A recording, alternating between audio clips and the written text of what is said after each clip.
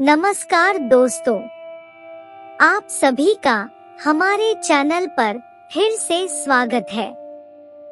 दोस्तों, आज हम आपको बताने वाले हैं महाभारत के एक ऐसे पात्र के बारे में जिसका महाभारत के युद्ध को कराने में सबसे बड़ा योगदान था।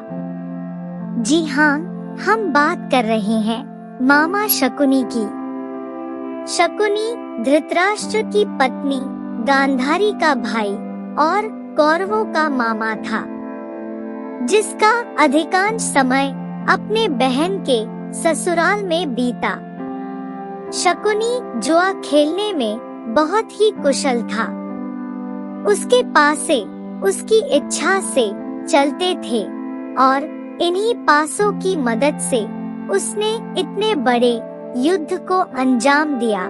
लेकिन क्या हो अगर आपसे कहे कि शकुनी के सबसे बड़े दुश्मन पांडव नहीं बल्कि कौरव थे। जी हाँ दोस्तों, आज हम आपके लिए लेकर आए हैं महाभारत से जुड़ी एक दंत कथा, जिसका जिक्र महाकाव्य महाभारत में तो नहीं मिलता, किंतु इसे कई विद्वानों द्वारा बताया जाता है। यह तब की बात है जब पितामह भीष्म गांधार नरेश सुमन के पास उनकी पुत्री गांधारी से धृतराष्ट्र के विवाह का प्रस्ताव लेकर गए।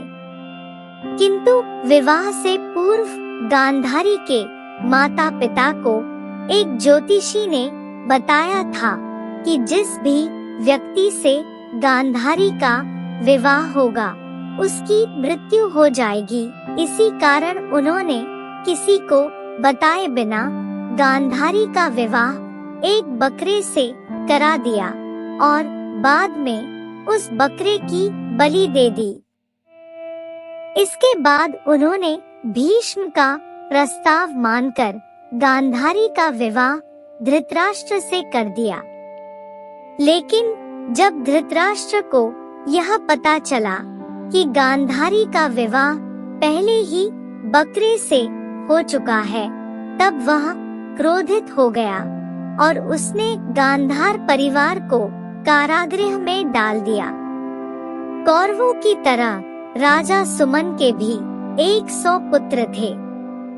सभी को जेल में डालकर धृतराष्ट्र उन्हें सिर्फ एक मुट्ठी चावल देने लगा। 100 पुत्र होने के कारण हर किसी को सिर्फ एक ही चावल का दाना मिलने लगा। राजा सुमन जान गए कि धृतराष्ट्र उन्हें भूख से मार डालना चाहता है। उन्होंने अपने सभी पुत्रों को यह बात बताई और धृतराष्ट्र से बदला लेने के लिए उन्होंने अपने छोटे पुत्र को जिंदा रखने का निश्चय किया। इसके बाद वे सभी अपना खाना उस छोटे पुत्र को खिला देने लगे। यह छोटा पुत्र था शकुनी।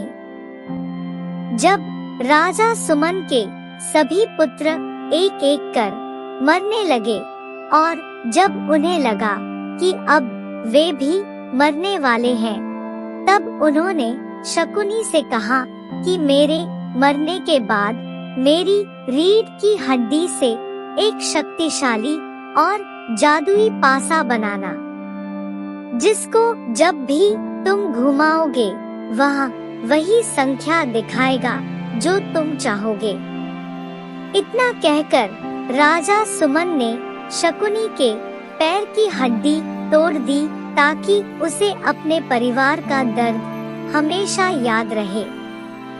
इसके बाद जब दुर्योधन ने देखा कि राजा सुमन और उसके सभी पुत्र मर गए हैं, सिर्फ शकुनी ही जीवित बचा है, तब वह शकुनी से प्रभावित हो गया और उसने उसे रिहा कर दिया।